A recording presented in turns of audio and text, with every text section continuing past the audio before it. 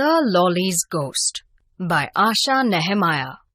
The plan, when it was worked out in detail, was something anyone could be proud about. Rohan had decided to use his own pillow and managed to get hold of a long-handled broom, the kind used to clean cobwebs. Since the school had been built in the late 19th century, the extra high ceilings required brooms with impossibly long handles to clean them. In order to make the broom invisible in the dark, he smeared the bamboo handle with damp mud. When no one was around, he practiced how the pillow, supposed to belong to the ghost, would appear to float in the dormitory by being attached to the broomstick. He was delighted when he saw how terrifying the effect was. The final touch was to instruct the other boys in the dorm how to behave on the night when the ghostly pillow made its dramatic entry into the dormitory. On the night of the ghostly visit, it took the excited boys a long time to fall asleep. But Rohan himself was so tired by that morning's grueling practice session for their school's annual cross-country marathon that he slept right through the faint digital beeping of his alarm clock. When he finally woke with a start, he realized that he had overslept. He shone the torch at his alarm clock. It was already 3 a.m. But it was still dark, and daybreak in the Nilgiris was several hours away. He felt under his bed. Yes, the pillow he had prepared was right there. Not too late for the ghost to make its appearance, he decided, and was about to tiptoe out of bed when a familiar grating sound warned him that the dormitory door was being opened. It was unlike their housemaster to pay such a late visit to the dorm. Who did the soft footsteps belong to then? When he discovered the reason for the footsteps, icy prickles of fear crept down his spine. For, advancing slowly into the dormitory, was a blood-stained pillow. Holding it was a hideous pair of ghostly white hands, made more terrifying by the fact that they weren't attached to any figure. Rohan's blood turned cold. He fumbled under his bed again, wondering whether any of the boys had decided to start the trick without him. No, the pillow he had prepared was still there, which meant that he was he? No, it wasn't possible. But there it was, a pillow actually floating forward into the room, held by a bloodless pair of severed hands. Was it actually a ghost, he wondered? His heart thudding wildly and blood pounding in his ears. Ghost! His throat was so dry with fear that his voice emerged only as a feeble whisper. There's a ghost! He tried again, and this time a few sleepy heads stirred awake. Seeing the bloody pillow, the boys simply assumed that Rohan's plan was working. Some of them even giggled before following the instructions they had been given earlier. They began screaming and shrieking, pretending to be afraid. There was so much confusion that no one noticed that Rohan himself was sitting stiffly in his bed, instead of being outside the dormitory, steering the pillow with the long broomstick. The screams continued for a long time, even after the pillow had retreated from the dormitory. The boys were having such fun that it was some time before they remembered the target of the trick, and turned their attention to Arjun. To their satisfaction, they saw that his eyes had turned saucer-shaped with horror. As for Rohan, the boys were filled with admiration at what they assumed was his superb acting, for even the hair in his eyebrows was standing on end in terror. making his bushy brows look like two hairy caterpillars on his forehead. And though he kept rubbing his arms, the goosebumps on them didn't subside till the next day, while the metal braces on his teeth had actually come loose because his teeth had been chattering all night. How were they to know that their prefect wasn't acting and that his fright was totally genuine? Poor Rohan! He was haunted by the memory of the dreadful vision he had seen. How ghastly the bloodstains had been, and that spooky pair of hands! He shivered at the thought. Enough to have turned his hair white. He checked the mirror hastily, recalling the story he had made up for Arjun's benefit. His hair was still black, he noted with relief, though the fingers that knotted the special tie prefects wore trembled noticeably. The next few days were among the worst in Rohan's life. He was easily startled, and even the familiar sound of the junior boys stampeding down the wooden corridors, or the breakfast gong ringing, made him jump up in terror. His heart wasn't in anything.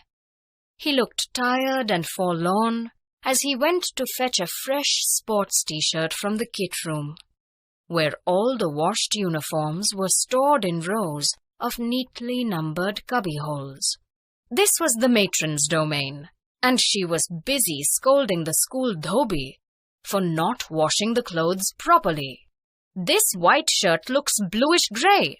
There are muddy streaks on these sheets, and this pillowcase has huge red stains on it, the matron was complaining. What can I do, madam? The dhobi defended his washing. That pillowcase had huge patches of red ink on it. You know how difficult it is to wash off red ink. I've managed to get most of the ink off. Red ink on a pillowcase? Rohan froze.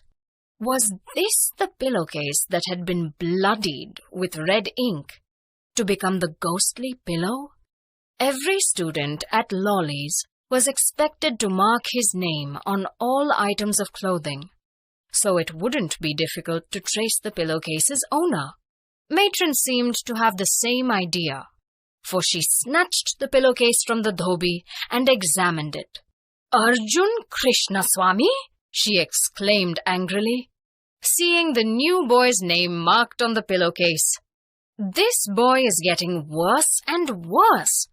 Just the other day, there was a complaint that he had taken a pair of white gloves from the band room, the kind that the drummers use, and stuffed it with clay from the sculpture room. The clay had dried in the gloves to make them look like a pair of white hands. What's the matter, Rohan? She asked, suddenly noticing the prefect standing there, absolutely still and pale-faced. You look like you've seen a ghost. The matron and the dhobi crossed themselves at the very mention of the word. Seen a ghost, Rohan repeated numbly, while all sorts of angry thoughts went through his mind about what he'd like to do to that brat, that cheeky rascal, that pesky newcomer. Then he shook his head and grinned ruefully. Seen a ghost? Oh, no, ma'am. Now, I'm quite certain that I haven't. Seen a ghost, I mean. Now, that is. And he burst out laughing. His laughter was such a loud mixture of relief and hysteria that the matron and the dhobi looked at one another puzzled, and then crossed themselves again. कभी कभी ना जो दिखता है वो सच होता नहीं है, जो होता है वो सच होता नहीं है, ऐसे होता है। तो ऐसी कुछ कहानी मैं आज सुनाने वाली हूँ। उसके लिए मेरे चैनल को पहले सब्सक्राइब तो कर लो। सर लॉलीज गोस्ट जो ये 5th स्टैंडर्ड की बहुत प्यारी स्टोरी है। यहाँ पे देख सकते हैं जो बच्चे हैं ये कुछ तो प्लानिंग कर रहे हैं और प्लानिंग किया है, इसके लिए बहुत अपने आप को प्राउड भी फील कर रहे हैं। ये रोहन जो है ना ये बहुत नॉटी बच्चा है। इसने एक पिलो है ना, एक पिलो वहाँ पे पास में रखी, एक बहुत बड़ी डंडी है ब्रूम के जैसे जो साफ़ सफाई वाला आदमी जो रहता है वो जो स्कूल है, घर है, उसके साफ़ सफाई के लिए यूज़ करता है। ये ना 19 सेंचुरी की बात है। ये देखिए, यहाँ पे देखिए, जो साफ़ सफाई कर्मचारी है वो इस झाड़ू से ऐसे हाइटेड प्लेस की ऊपर का जो माला है वो साफ़ करने के लिए यूज़ करता है। अब ये बाम्बू है ना, किसी को दिखना नहीं चाहिए, इसलिए इसको ये लड़का है ना कीचड़ जो मड़ होता है वो लगा रहा है और फिर प्रैक्टिस भी कर रहा है। देखो इसने कैसे ब्रूम को जो झाड़ू होता है उसको कैसे पिलो को बांध के ऐसे किया है जैसे कि ये भूत के जैसे लगे। और अगर ये रात में लगे, अरे ये देखो इसके ऊपर इसने लाल रंग की इंक भी गिरा के रखी है ताकि ये खून के जैसे दिखे, दूर से दिखे तो। और ये सब, ये अभी रिहर्सल का टाइम है, फाइनल टच होने वाला है घोस्ट के बारे में। ये सब स्टोरी जो है ना, ये इस रोहन का ही प्लानिंग है। और वो उन्होंने सोच के रखा है कि रात को जब सब सो जाएंगे उसके बाद में एक ऐसा टाइम आता है 12 बजे के बाद, वो टाइम पे हम ऐसे नाटक करेंगे। नाटक करने के बाद जब उठेंगे वो टाइम पे करेंगे। पर है ना, ये सब रिहर्सल करते करते रोहन इतना थक गया था कि उसको इससे नींद आई कि वो जब उसका जो डिजिटल वॉच था उसने अलार्म लगा के रखा था, लेकिन वो टाइम पे उसने बजाने की कोशिश तो की लेकिन उठा ही नहीं। वो इतना सोया था, इतना सोया था। और जब उसको वो नींद से उठा तो वो टाइम पे रात के 12 नहीं, रात के 3 बजे थे। हाँ, ये तो सुबह का टाइम हो गया भाई। पर नीलगिरी जो जो एरिया है ना, ये स्कूल जहाँ पे बोर्डिंग जहाँ पे था वो टाइम पे वहाँ पे इतनी भी मतलब ये नहीं था कि चलो भाई इतना भी सुबह नहीं हो चुकी थी, रात का अभी भी अंधेरा ही था। और ये क्या, अभी रात को ये घोस्ट बन के निकलेगा उसके पहले ही उसे ना ऐसे कुछ तो आवाज़ आई, दरवाज़ा खुल गया। उनके हाउस मास्टर उनको देखने के लिए आते, वैसे तो विजिट नहीं थी, बिल्कुल नहीं थी, ये कुछ अलग ही आवाज़ था। लेकिन ये जो इतने धीरे धीरे से चलने वाले फुटस्टेप की आवाज़ आ रही, ये किसकी है? और वो, और ये सब सोच के ये इतना वो डर गया था। वो अपने यहाँ पे देखा तो अरे बाप रे, वो डोर बिना खुले ही आप देख सकते हैं वो हाथ कैसे है, वाइट कलर की ग्लोव्स पहन वाले, और ये पिलो को लाल लाल सब खून से लदा बदा, और वो हिल रहा था।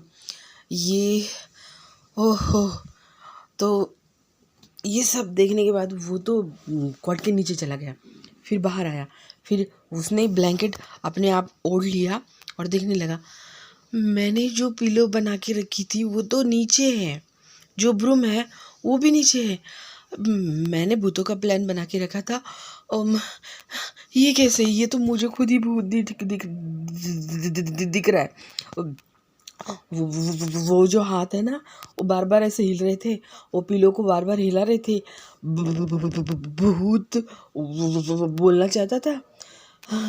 ये क्या, वो बहुत डर गया था भाई, बहुत डर गया था। उसके मुंह से ना बोलना भी नहीं हो रहा था। उसको लग रहा था ऐसे आजू बाजू के बच्चे जो है ना वो भी डर गए, वो भी उड़ गए। एक्टिंग एक्टिंग कर रहे थे वो, उनको लगा कि ये सब मजाक है ना, ये रोहन ने ही किया है। और वो जैसे रोहन का प्लान है और ये वर्किंग कर रहा है, तो ये बीच में थोड़ा सा बोल भी रहे हैं, Rohan very nice very nice, बहुत बढ़िया बहुत बढ़िया। ये 4 बच्चे यहाँ पे, रोहन, रोहन के 2 फ्रेंड और एक बच्चा आप देख सकते हैं जो कॉर्नर में यहाँ पे बैठा हुआ था। लेकिन रोहन बड़ा ही कंफ्यूज था क्योंकि उसने ऐसे कुछ भी नहीं किया था। और और ये कौन है, ये किसका भूत है, वो सोच में ही पड़ रहा था। चिल्ला भी नहीं सकते थे, वो बहुत देर तक ऐसे बैठे थे। उसके 2 फ्रेंड जो है वो डरने का एक्टिंग कर रहे थे, उनको बहुत मज़ा आ रही थी।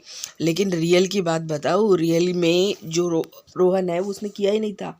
और ये लास्ट वाला जो बच्चा है अर्जुन, ये अर्जुन की आंखें तो इतनी डर के इतनी बड़ी बड़ी हो चुकी थी जैसे कि हम जो सॉसर होता है ना उसके जैसे हो गई थी। और रोहन की तो बुरी हालत थी भाई, मैं बता ही नहीं सकती हूँ, क्योंकि ना उसका ये प्लान था ना ये था। सब उसके चेहरे को देख रहे थे, सबसे ज़्यादा डरावना चेहरा, अगर मतलब सबसे ज़्यादा डर किसी को लगा था तो रोहन को लगा था। उसके आईब्रोज देखो कितना ऊपर चली गई है, उसकी आंखें देखो कितनी खुल गई है। लेकिन ये जो फ्रेंड है ये सब नेक्स्ट डे उसको बोलते यार क्या मस्त से तुमने एक्टिंग की थी। लेकिन आपको पता है ये डर के मारे इतने दांत इतने हिल रहे थे कि सब नेक्स्ट मॉर्निंग में जब उठा तो ये दांतों में दर्द होने शुरू होता। लेकिन उसके फ्रेंड जो है उसको वो बोल रहे थे कि यार सच में यार तुम एक्टिंग के बारे में ना you are such a genius boy. लेकिन बेचारा रोहन क्या करेगा, वो तो उसको जितना भी भूलने की कोशिश कर रहा था दोस्त उतना ही उसको याद दिलाते थे। इतना सारा खून से लदा बदा पिलो और वो हाथ और वो हिल रहे थे।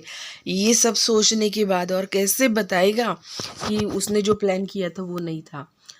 हाँ, वो मिरर के पास आके वो स्टोरी पूरी सोचने की कोशिश कर रहा था। इसमें उससे थोड़ा सा तो डाउट अर्जुन के ऊपर आया था, लेकिन अर्जुन भी तो वैसे ही डर गया था जैसे वो डर गया था। लेकिन वो भी तो एक्टिंग भी तो हो सकती है। फिर थोड़े दिनों के बाद है ना रोहन की जो लाइफ की कहानी है ना इसमें बहुत चेंजेस आने लगे थे। वो इजीली कोई भी चीज़ को अप्रिशिएट नहीं कर सकता था, उसको उसके लिए बहुत डेंजर डेंजर चीज़ें होने लगी थी। अब जैसे कि आप वो जो टिफ़िन खाने बैठता था जैसे कि कुछ होता था वो टाइम पे अलग ही बातें उसके साथ हो रही थी। ऐसे ही एक दिन में वो बहुत थक गया था और अपना जो स्कूल के ड्रेस होते हैं वो यूनिफॉर्म का जो बॉक्सेस रखे थे कबर्ड में अच्छे से नीटली वहाँ पे रखे थे। तभी मेट्रॉन जो है ना ये धोबी को बहुत ज़ोर ज़ोर से डांट रही थी कि ये देखो ये पिलो तुमने अच्छे से वॉश ही नहीं की है, सारा का सारा रेड कलर इसके ऊपर है और ये क्या वाइट कलर की पिलो है तो इसको अच्छे से धोने को क्यों नहीं हो रहे हैं। तभी उसको वो जब बता रही थी तो वो दिखा भी रही थी उसके हाथ में वही वाला पिलो का कवर था जो रात में रोहन ने देखा था। तो धोबी बोलता है मैडम मैं क्या करूँ, मैंने बहुत कोशिश की, इसको इतना फेंट मैंने किया है, मैंने बहुत धोया, ये रेड इंक इसके ऊपर किसी ने गिराई है। अब जानबूझ के गिराई कैसे गिरी पता नहीं, लेकिन पता नहीं है अरे ये किसका है। रोहन मन ही मन में सोचने लगा ये पिलो केस तो मैंने देखा है, ये कवर जो है ये मैंने देखा है। और जब मैं रातों में भूत देखा था ना वही टाइम पे यही सेम ऐसे ही था। ये किसका काम हो सकता है, ये लॉली का तो भूत नहीं हो सकता है ना, कि बहुत दिनों के बाद ऐसे वाला कहानी सुनने को मिलती है। और यहाँ पे तो भूतों का बहुत ही बड़ा ये था। तो मैट्रन जो है ना ये मैट्रॉन भी यहाँ पे वही बोल रही है कि मैं अच्छे से मैं देखती हूँ ये किसका है। और ये क्या अर्जुन रामकृष्ण स्वामी कृष्ण स्वामी अर्जुन ये नया बच्चा है यार, ये बहुत नॉटी बच्चा है, ये दिन ब दिन बिगड़ता जा रहा है। देखो कितनी सारी इंक इसने यहाँ पे गिरा के रखी है।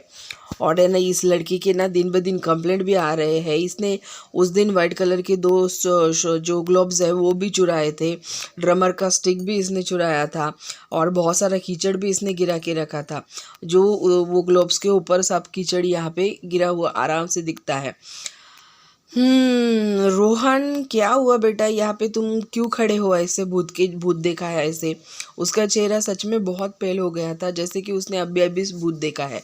मैट्रॉन जो है ना ये भगवान का नाम लेती है, प्रेयर करती है और उसकी तरफ देखती है।